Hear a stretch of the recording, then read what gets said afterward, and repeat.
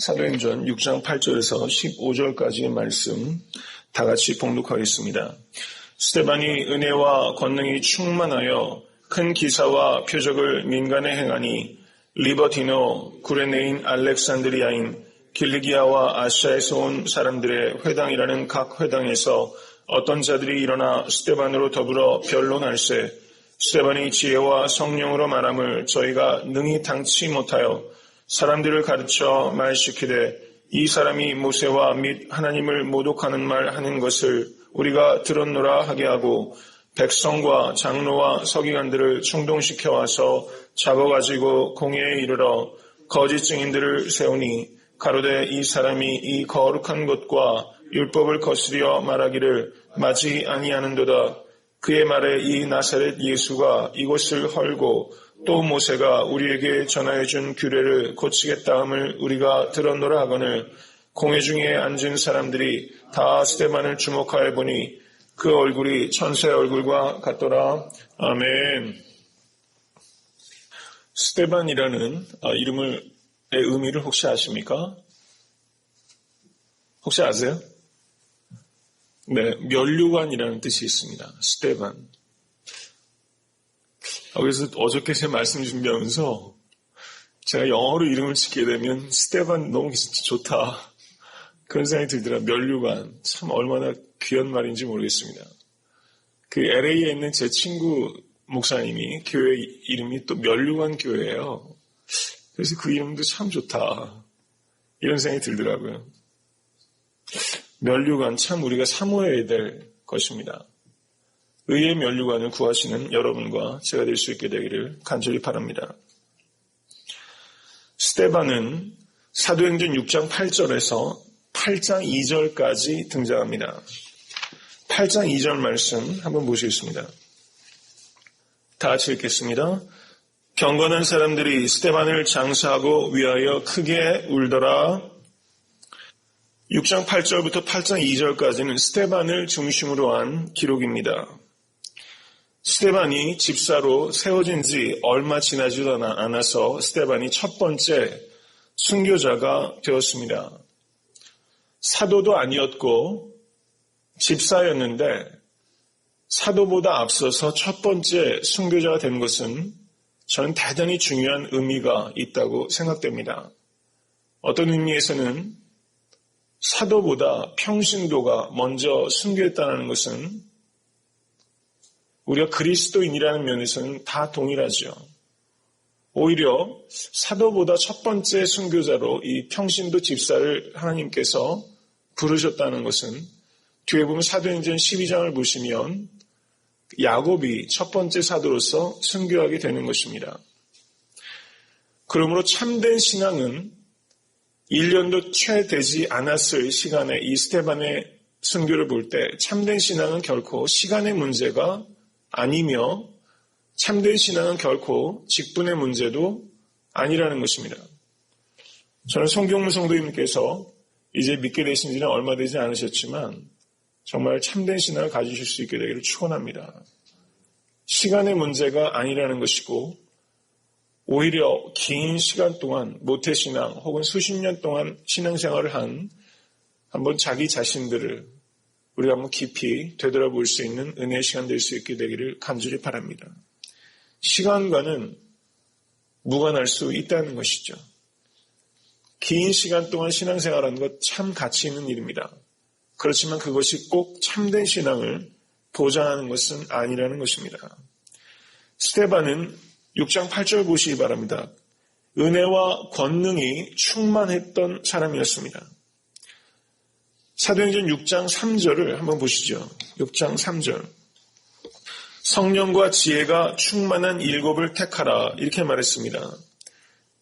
그리고 6장 5절을 보시면 믿음과 성령이 충만한 사람이었다고 말하고 있습니다. 그러니까 지금 7 집사는 성령과 지혜와 믿음이 충만한 사람이었고 또 6장 8절을 볼 때 은혜와 권능이 충만한 사람이었습니다. 5가지가 충만한 사람이었어요. 사실은 모든 게 충만한 사람이었습니다. 좀 풀어서 말하면 속이 꽉 찬 사람이었습니다. 스데반은. 권능이 충만했고 은혜가 충만했다 이렇게 말하는데, 권능이 충만한 것은 은혜가 충만한 결과인 것을 깨닫게 되시길 간절히 바랍니다. 은혜 충만을 사모하시면 권능 충만을 경험하게 되실 수밖에 없다는 것입니다. 은혜는 어떤 것입니까?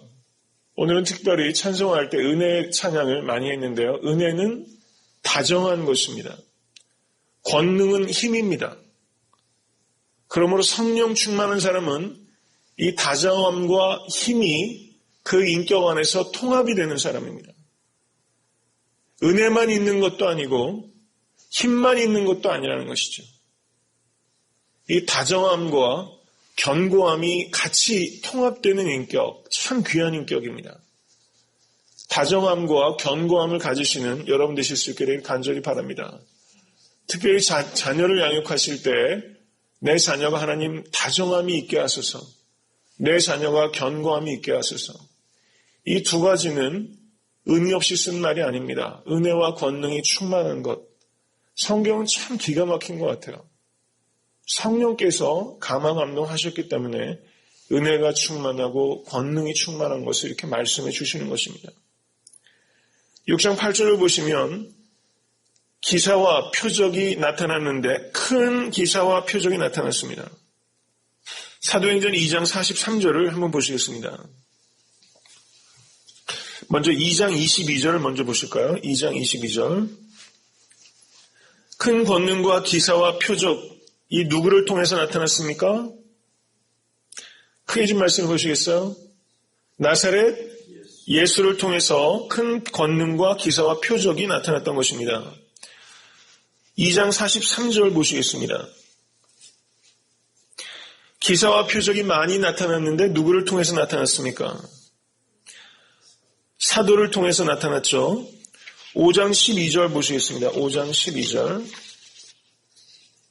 표적과 기사가 많이 되매 누구들의 손을 통해서요? 사도들의 손을 통해서 기사와 표적이 많이 나타났습니다. 예수님을 통해서 표적과 기사와 권능이 많이 나타났는데 예수님의 뒤를 이어서 사도들을 통해서 기사와 표적이 많이 나타났던 것입니다.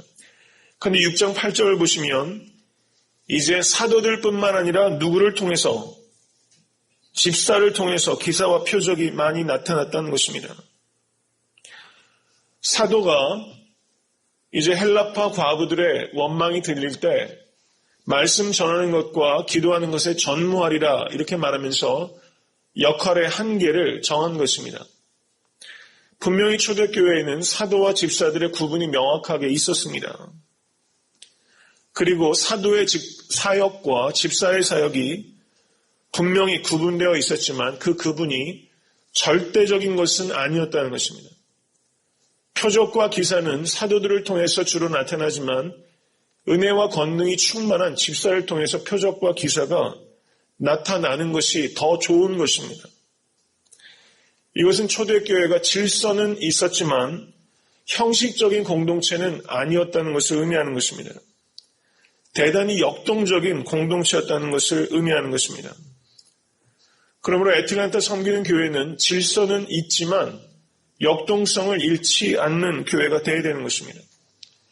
역동성이 있지만 무질서한 교회가 되지 않기 위해서 기도하실 수 있게 되기를 간절히 바랍니다. 평신도를 통해서도 기사와 표적이 나타나는 교회가 되어야만 될 것입니다. 6장 9절 말씀을 보시겠습니다. 리버디노, 구레네인, 알렉산드리아인, 길리기아와 아시아에서 온 사람들이 회당이라는 각 회당에서 어떤 자들이 일어나 스데반으로 더불어 변론할세 이렇게 말하는데요. 구레네인, 구레네 사람, 알렉산드리아 사람, 길리기아 사람, 아시아에서 온 사람. 여기는 다 사람이라는 것을 명확하게 밝히고 있는데 리버디노, 여기는 리버디노인 이렇게 안 하는 걸 보니까 이 진영은 아닌 거예요. 그렇죠? 이 번역이 조금 약간 헷갈리게 이렇게 번역이 되어 있습니다. 실제 의미를 좀 명확하게 우리가 알아야 되는데요. 그 표준 세번역은 이렇게 번역하고 있습니다. 그때 구레네 사람과 알렉산드리아 사람과 길리기아와 아시아에서 온 사람으로 구성된 이른바 리버디노 회당에 소속된 사람들 가운데 몇이 들고 일어나서 스데반과 논쟁을 벌였다.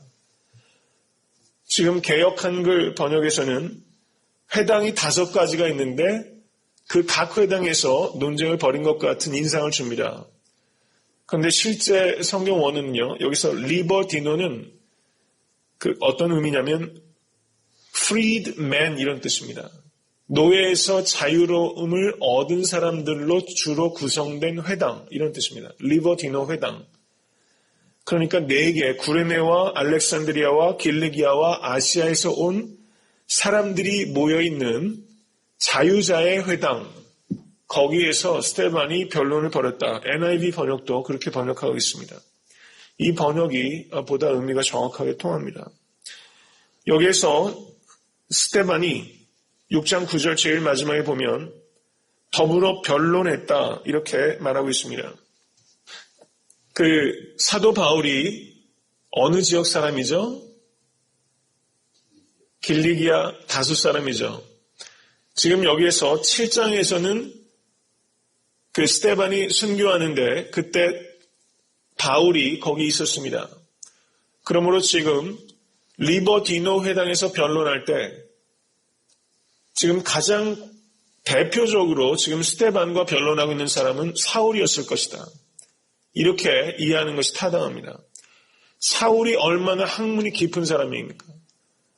나는 가말리엘 문화에서 자란 사람이었습니다. 율법으로는 흠이 없는 자로다. 세상에서 아무리 학문이 깊고 유대교의 정통에도 은혜와 권능이 충만한 사람을 당하지 못하는 것입니다.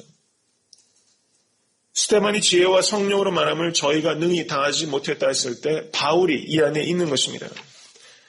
그런데 사도행전 9장을 한번 보시겠습니다. 사도행전 9장 19절 20절 한번 보시겠습니다. 음식을 먹음에 강건하여지니라. 사울이 다메섹에 있는 제자들과 함께 며칠 있을새 즉시로 각 회당에서 예수의 하나님의 아들이심을 전파하니 듣는 사람이 다 놀라 말하되 이 사람이 예루살렘에서 이 이름 부름을 잔해하던 자가 아니냐. 9장 22절 다 같이 읽겠습니다. 사울은 힘을 더 얻어 예수를 그리스도라 증명하여 다메섹에 사는 유대인들을 굴복시키니라. 지금 스데반에게 굴복되었던 사울이 부활하신 예수 그리스도를 만나시고 은혜와 권능이 충만하자 이제 사울이 굴복시키는 사람이 되는 것입니다. 세상을 굴복시키는 것은 나 개인의 지식이 있는 것이 아니라 은혜와 권능과 성령이 충만하면 굴복시키게 되는 것을 믿으실 수 있게 되기를 간절히 바랍니다. 여기서 변론했다는 말은 디스커스했다는 말입니다. 지금 저희가 성경 공부를 목요일날도 하고 주일날도 하고 있습니다. 어렵다는 원성이 자자합니다. 이런 성경 공부도 있구나.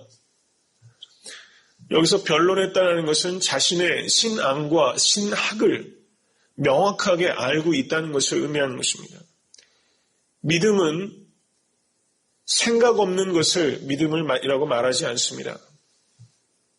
깊은 생각을 할 때 변론할 수 있게 되는 것입니다.